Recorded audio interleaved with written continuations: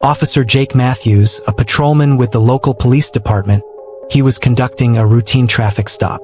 But this was no ordinary stop.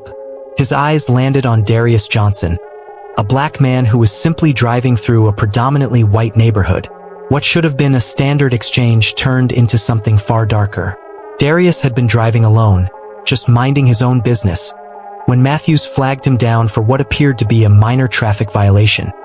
Something that seemed easily resolvable. Yet, as Matthews approached the vehicle, his demeanor wasn't what you'd expect from a seasoned officer. There was an edge in his step, a hint of suspicion in his eyes, directed solely at Darius. From the start, Matthews was overly critical. "Where are you from?" he asked, his tone sharp. "You don't really belong here, do you?" The question hung in the air, loaded with assumptions that didn't belong in a professional exchange. What was a routine traffic stop had quickly shifted into something far more personal and dangerous.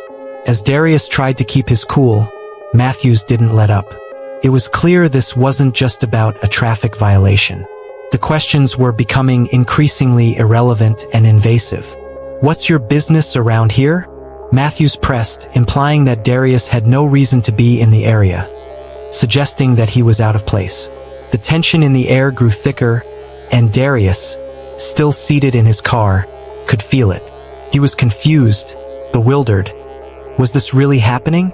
But as Matthews continued his interrogation, it was no longer just about questions, it was about power.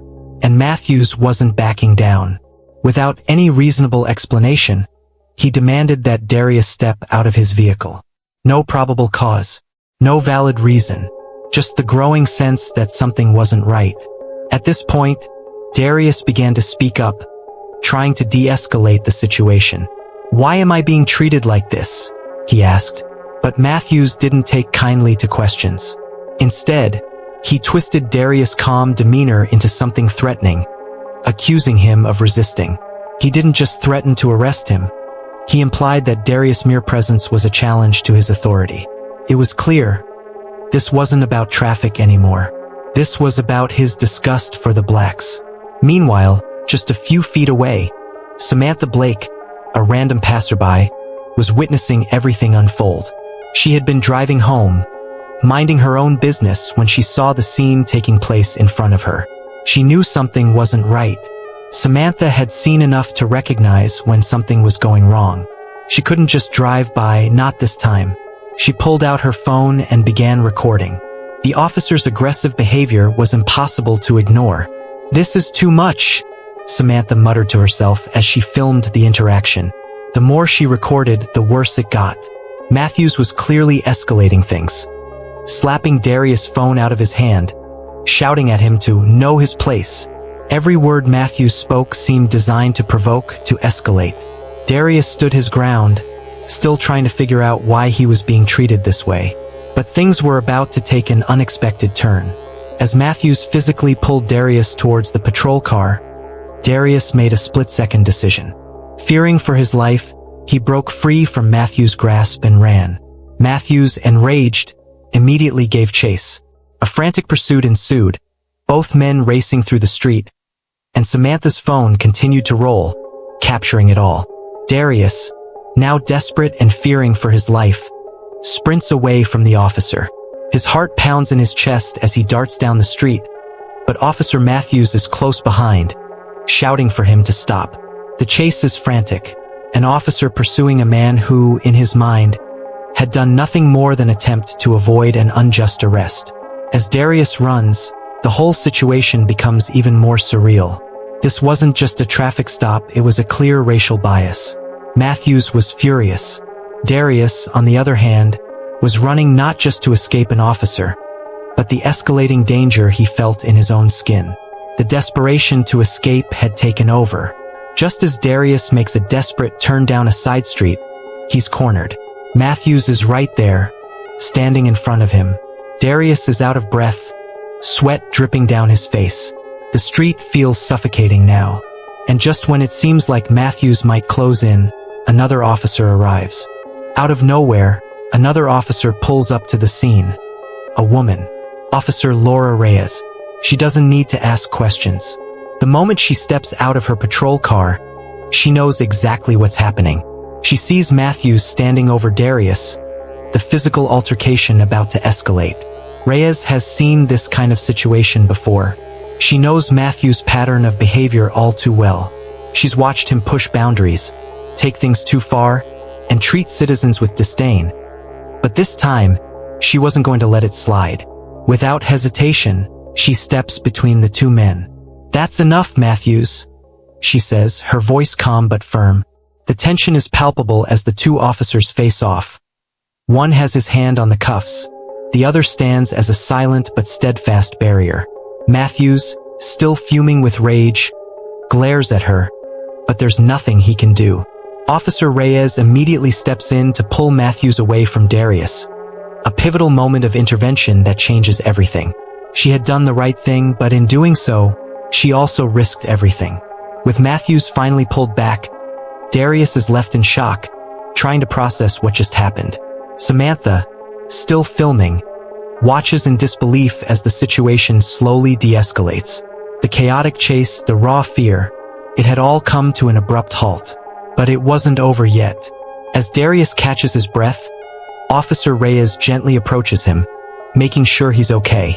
She seems genuinely concerned, her eyes showing empathy that Matthews had completely lacked. But as the cameras kept rolling, Samantha didn't know what to do next. She had already filmed everything, and she knew that this video wasn't just about capturing a random incident. It was about exposing the truth. Samantha uploads the video to social media without hesitation. The video, now viewed by millions, tells the full story. Matthews' hostile behavior, his racially charged remarks, the chase, and the intervention of Officer Reyes. It's raw, it's unfiltered, and it's a wake-up call to everyone who watches it. The video explodes across the internet. What was once a quiet neighborhood incident is now the center of a national conversation. People are outraged, demanding accountability. Activists, civil rights groups, and even everyday citizens begin organizing, rallying behind Darius Johnson and condemning Officer Matthews' actions. Protests erupt across the city. Marches, signs, chants, each one louder than the last. The public is unified in their demand for justice, but the question remains, what will happen to Matthews? The police department, now under intense scrutiny, is forced to act. They announce they are launching an internal investigation into Matthews' conduct. It's a step, but not enough. Many believe the department has been complicit for far too long in overlooking Matthews' troubling behavior, and now they demand real consequences. As the community's voice grows louder, Darius becomes the face of this movement. His courage in the face of injustice resonates with people everywhere. The video, captured by a stranger, has turned the tide, forcing the department to finally look inward at its own failures. But the investigation is just the beginning, and the fight for justice is far from over. The video, now a viral sensation, has done more than just capture the police brutality Darius Johnson endured. It has become the focal point of a nationwide call for justice. In the city where it all began, protests continue to escalate. The streets are filled with people demanding accountability, their voices a chorus echoing the growing discontent with the system that has allowed this to go unchecked for far too long. Outside the police department, hundreds gather with signs reading "Justice for Darius," "Hold police accountable," and "No more abuse." Activists from across the country join in solidarity, drawing attention to the issue of police misconduct and racial profiling. This moment was no longer about just one man. It was about a systemic problem that affected communities across the nation. People are no longer staying silent. But as the protests intensify, the pressure mounts on the police department to act. Darius, though overwhelmed by the sudden attention, stands firm in his resolve. He knows this moment is bigger than him, and he's determined to see it through. The pressure from the public has become undeniable. The police department, now facing relentless criticism, announces that they will conduct a full internal investigation into Officer Matthews' actions. The department promises transparency and accountability, but the community is skeptical. How many times have they heard promises before? How many times has misconduct gone unpunished? Alongside the investigation into Matthews, the department commits to a review of his previous interactions with civilians. It becomes clear that Matthews wasn't a one-off case. His actions were part of a pattern that had been quietly dismissed by his superiors for far too long. But the truth is catching up with them now, and the department knows that if they don't act swiftly and decisively, their reputation and the public's trust will be irrevocably damaged. In a tense press conference, Police Chief Robert Hall promises that no stone will be left unturned. "This will not be swept under the rug," he declares.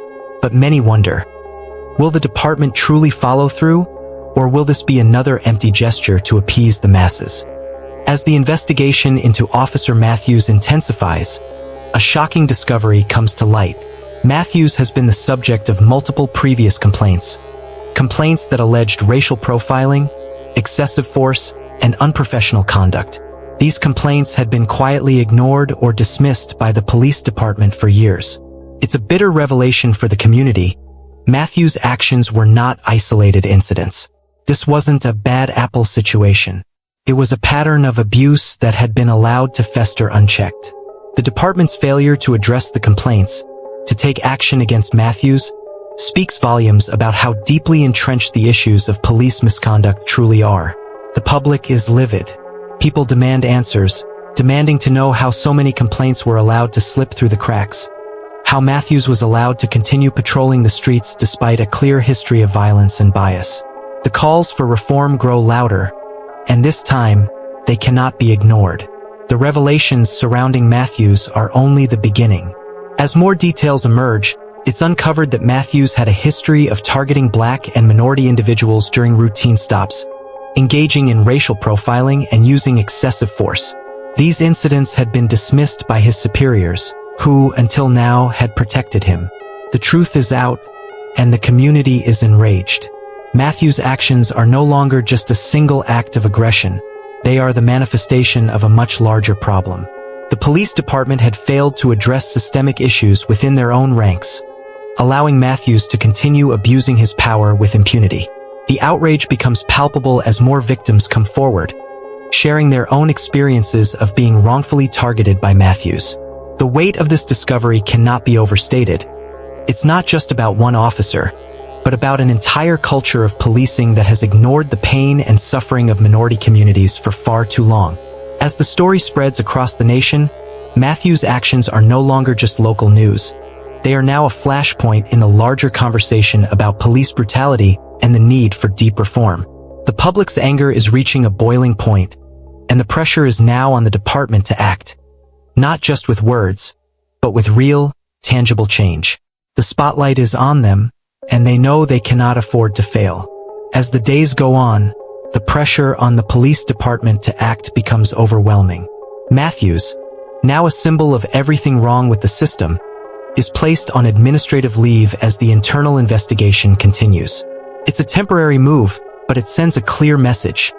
The department is acknowledging the gravity of the situation, or at least that's what they want the public to believe. But the community isn't fooled.